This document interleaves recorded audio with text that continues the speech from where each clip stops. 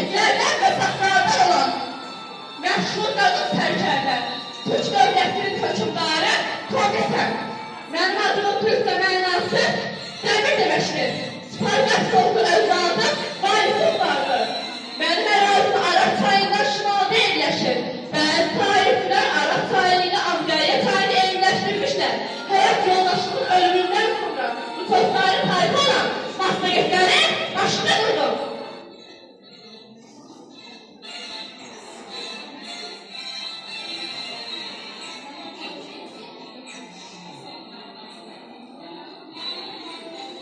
Mən isə Əhəməni dövlətinin əsasını qoyan iki fikirlər.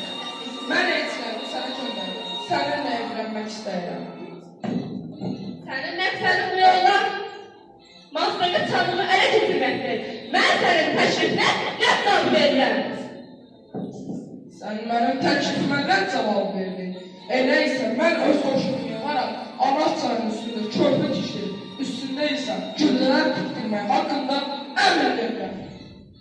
Ey Əhəmən hökümdarı, axı qaraların qurulması sənə xeyir yoxsa ziyan. Gəl sənin niyyətindən geri çəkil. Mən sənin qoşununu burada gözləməyə qərarlı olaram.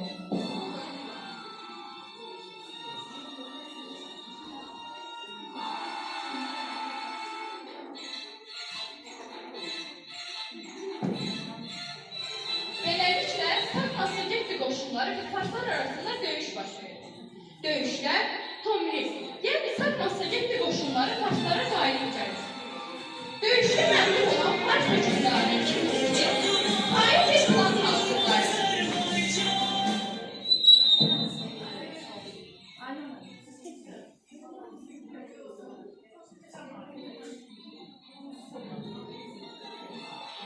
Ey şahım, sana bir teklifim var. Tomris'i dövüş ilə məğlub edə bilməyəcək. Gəlin, iyiliyə el ataq.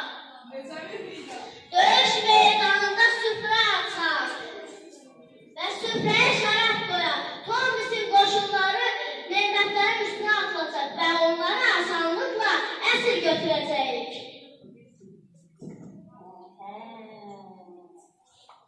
Axırın çatdı Tomris.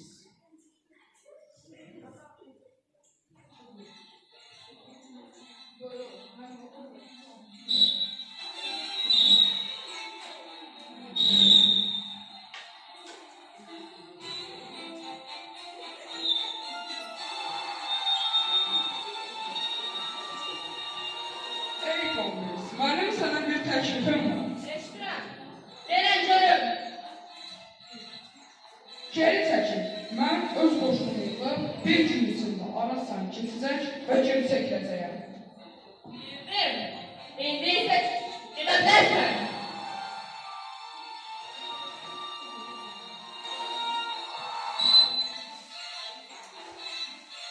Bu zaman öz qələbələrini qeyd edən Sak Maslagetli qoşunları yeyib bitdikdən sonra yuxuya gedirlər. Planı baş tutan ikinci ki, Tomris'in oğlunu əsir götürərək qətlə yetirir.